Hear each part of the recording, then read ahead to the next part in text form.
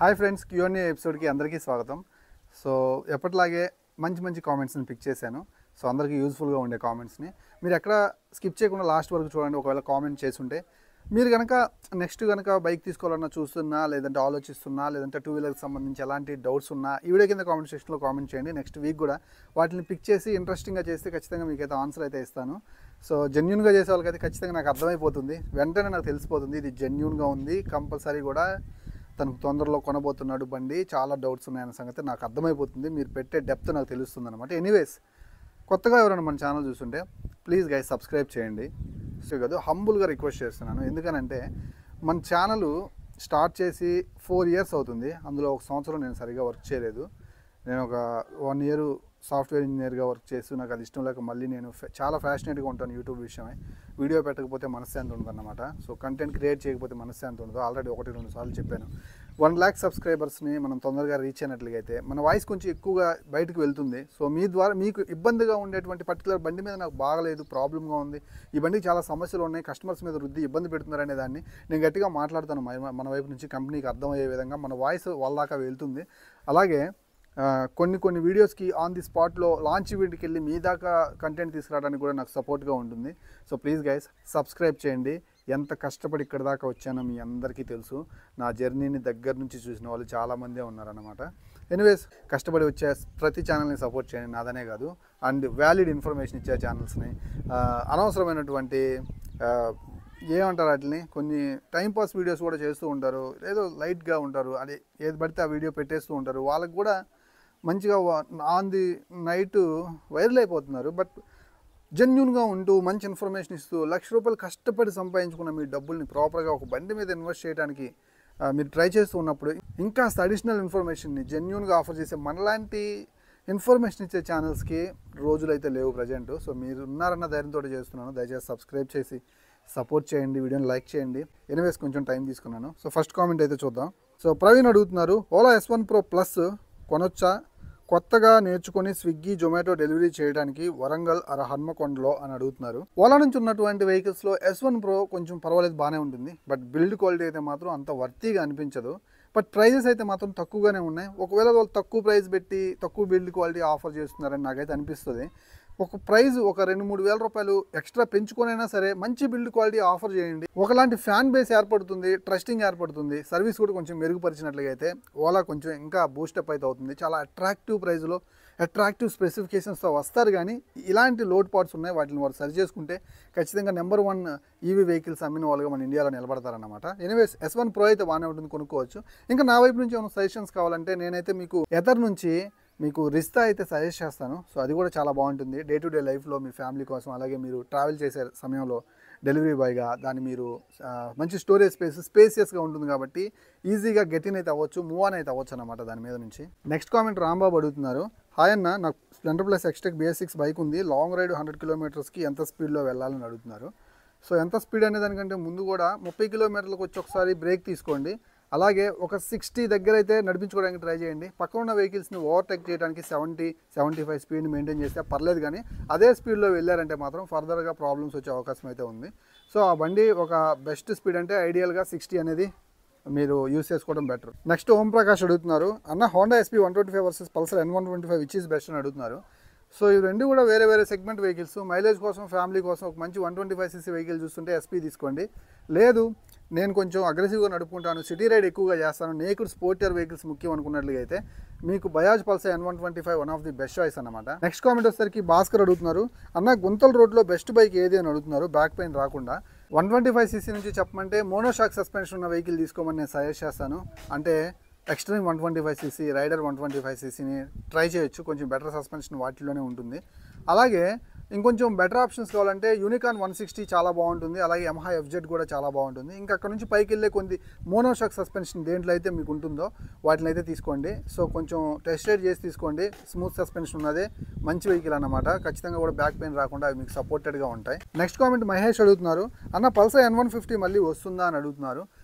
చాలామందికి డౌట్ అయితే ఉండొచ్చు. బజాజ్ పల్సర్ N160 దాన్ని రిప్లేస్ చేసిందనే చెప్పాలి. నాకు క్లారిటీ అయితే వచ్చింది, నేనే చెప్దాం అనుకుంటున్నాను. బజాజ్ పల్సర్ N150ని అఫీషియల్గా డిస్కంటిన్యూ చేశారని వాళ్ళు చెప్పలేదు. సో అలా చెయ్యరు కూడా. ఎందుకంటే N160 సేల్స్ని బట్టి, దానికి జనాలు అలవాటు అయ్యే దాన్ని బట్టి, దానికి వచ్చే రెస్పాన్స్ని బట్టి వాళ్ళు ఒక డెసిషన్ అయితే తీసుకుంటారు. నేను ఒక విషయం మాట్లాడాలి. బజాజ్ పల్సర్ N150లో ఫ్రంట్ టైరు కంటే కూడా N160 టైర్ పెద్దది, బ్యాక్ సైడ్ టైర్ కంటే కూడా మనకి N160 టైరే పెద్దది, ఫ్రంట్ సస్పెన్షన్ కంటే కూడా N160 సస్పెన్షనే పెద్దది. సో మనకి ప్రైస్ కూడా 1,57,000 కూడా ఉందంటున్నారు. మన సబ్స్క్రైబర్స్ చాలామంది కామెంట్ సెక్షన్లో కామెంట్ చేస్తున్నారు. సో ఈ ప్రైస్ సెగ్మెంట్లో పెద్ద డిఫరెన్స్ కూడా లేదు కాబట్టి నన్ను అడిగితే మంచి బైకు N160 అవుతుంది. హ్యాపీగా తీసుకోండి. N150 తీసుకోవాలని చూసేవాళ్ళు అసలు బండిని చూస్తే మీకు N160 N150 స్టిక్కరింగ్ చూస్తే తప్పితే అర్థం కాదన్నమాట. సో అయ్యే కలర్స్ అయితే ఉన్నాయి. కొత్త కలర్ వచ్చిందంటే. నెక్స్ట్ కామెంట్ మనోజ్ అడుగుతున్నారు, 160cc best bike and best mileage best ఏదన్నా అని అడుగుతున్నారు. మీరు మైలేజ్ కోసం చూస్తుంటే ఒక రకమైన బెస్ట్ బైక్ దొరుకుతుంది, సస్పెన్షన్ కోసం చూస్తుంటే ఒక రకమైన బెస్ట్ బైక్ దొరుకుతుంది, పర్ఫార్మెన్స్ కోసం చూస్తుంటే పర్ఫార్మెన్స్ కోసం కూడా ఒక బెస్ట్ బైక్ అయితే దొరుకుతుంది. మీరు అన్నీ కలుపుకొని ఒక బెస్ట్ బైక్ చూద్దాం అనుకున్నట్లుగా అయితే చాలా కష్టం అన్నమాట దొరకటం. ఎందుకంటే మైలేజ్ ఉంటే పర్ఫార్మెన్స్ ఉండదు, పర్ఫార్మెన్స్ ఉంటే మైలేజ్ ఉండదు. ఒకవేళ ఈ రెండు ఉన్నా కానీ కొంచెం మీకు ఫీచర్స్ వైజ్ అటు ఇటుగా ఉండే వెహికల్స్ కూడా ఉన్నాయి. సో నన్ను అడిగితే బెస్ట్ వెహికల్ అంటే అన్నిటినీ కవర్ చేసే వెహికల్ అంటే మాత్రం నేను బజాజ్ పల్సర్ N160 చెప్తాను. సింగిల్ సీట్ వేరియంట్, ప్రైజ్లో వస్తుంది, మంచి మైలేజ్ వస్తుంది. సో మంచిగా అయితే ఉంటుందన్నమాట. లేదనుకుంటే ఫ్యామిలీ కోసం హోండా యూనికాన్ 160 కూడా కన్సిడర్ చేయొచ్చు. ఇవన్నీ వద్దు, పర్ఫార్మెన్స్లో బెస్ట్ బైక్ కావాలంటే మాత్రం అపాచీ RTR 160 USD మోడల్ అయితే తీసుకోండి. నెక్స్ట్ కామెంట్ వచ్చేసరికి సిద్ధాసాగర్ అడుగుతున్నారు, బ్రో ఎక్స్ట్రీమ్ 125 సింగిల్ సీట్కి Honda SP 125 which is best అని అడుగుతున్నారు. సో ఈ విషయం నేను ఇప్పుడు మాట్లాడటం కరెక్ట్ కాదు. నేను ఈ వీక్లో ఒక 3 డేస్ లోపలే హీరో ఎక్స్ట్రీమ్ 125 సింగిల్ సీట్ వేరియంట్ని రివ్యూ చేస్తాను. దాన్ని చూసి ఒకసారి మీకు క్లియర్గా ఎక్స్ప్లెయిన్ చేసి ఆ వీడియోలో ఆ తర్వాత నేను కంపేర్ చేస్తాను. రెండింటికి మధ్య ఒక ఫుల్ లెంత్ వీడియో చేస్తాను. అప్పుడు మీరు దాంట్లో చూసుకోండి. ఇప్పుడు నేను ఆ వెహికల్ని చూడకుండా చెప్పడం తప్పు కాదు, బట్ ఇమేజెస్లో చూశాను. ఫస్ట్ ఇంప్రెషన్ నాకైతే మాత్రం కొంచెం స్టెప్ అప్ అయినట్టుగానే ఉంది. సో అంత నార్మల్గా అయితే లేదన్నమాట. చూద్దాం, ఏదైనా కానీ బైక్ని డైరెక్ట్గా మీకు చూపిస్తూ మాట్లాడటమే కరెక్ట్ అన్నమాట, ఇలా గాల్లో మాట్లాడటం కంటే. నెక్స్ట్ కామెంట్ వచ్చేసరికి రాజు అడుగుతున్నారు, హోండా హార్నెట్ 2.0 ఎప్పుడు లాంచ్ డేట్ అన్న 2025 అని అడుగుతున్నారు. ఆల్రెడీ ఆ వెహికల్ రెడీగా ఉంది అన్ని షోరూమ్స్కి రావడం కోసం. నా షోరూమ్కి వచ్చిన మరుక్షణమే నేను మీకు ఒక ఫుల్ ఫ్లెడ్జ్డ్ వీడియో రివ్యూ అయితే చేస్తాను. దానికి నుంచి డ్యూయల్ ఛానల్ ABS కూడా ఉందన్నమాట. సో కొన్ని చేంజెస్ అయితే ఉంటాయి, కలర్ TFT క్లస్టర్ కావచ్చు, అలాంటివన్నీ ఉంటాయి. చూద్దాం, మంచి రివ్యూ అయితే మీకు నేను చేసి అందిస్తాను. మన ఛానల్ని మీరు సబ్స్క్రైబ్ చేసుకుంటే ఎలాంటి ఎప్పటికప్పుడు కంటెంట్ వస్తుంటుంది కాబట్టి సో ఖచ్చితంగా మీరు ఎంజాయ్ చేయొచ్చు అనమాట. దయచేసి సబ్స్క్రైబ్ చేసుకొని బెల్ సింబల్ని యాక్టివేట్ చేసి పెట్టుకోండి. నెక్స్ట్ కామెంట్ వచ్చేసరికి శ్రీను అడుగుతున్నారు, హాయ్ అన్న, నాకు ఫ్యామిలీ కోసం ఒక మంచి 150cc బైక్ చెప్పండి. నా మైండ్లో పల్సర్ అండ్ యూనికాన్ ఉంది, నాకు 3 పిల్లలు ఉన్నారు, మీరు ఒక బైక్ చెప్పండి అని అడుగుతున్నారు. సో మీరే అంటున్నారు పిల్లలు ఉన్నారని. వాళ్ళ కంఫర్ట్ దృష్ట్యా చూస్తుంటే పల్సర్ అసలు తీసుకోవద్దు. ఎంతో కొంత స్టెప్ అప్ అయి ఉన్నది, మీకు అంత యూజ్ అయ్యి ఉండదు అనమాట. సీట్ అనేది సాఫీగా స్మూత్గా మంచి సస్పెన్షన్ ప్లేబ్యాక్ ఉన్నది. ఫ్యామిలీకి one of the best choice Honda unicorn 160. దాన్ని డిస్కంటిన్యూ చేయకుండా ఆ వింటేజ్ మోడల్ని స్టిల్ ఇప్పటికీ మన జనరేషన్కి అందించారు కాబట్టి దాంట్లో ఎలాంటి నెగిటివ్స్ ఎత్తకుండా హ్యాపీగా తీసుకోవడం మంచిదన్నమాట. అలాంటి వెహికల్స్ మార్కెట్లో ఇంకే కంపెనీ నుంచి కూడా లేదు, హ్యాపీగా కొనుక్కోవచ్చు. దయచేసి హ్యాపీగా తీసేసుకోండి. ఫ్యామిలీ కంఫర్ట్, 3 పిల్లల కంఫర్ట్ మీ దృష్టిలో ఉన్నట్టుగా అయితే that is the best choice అనమాట.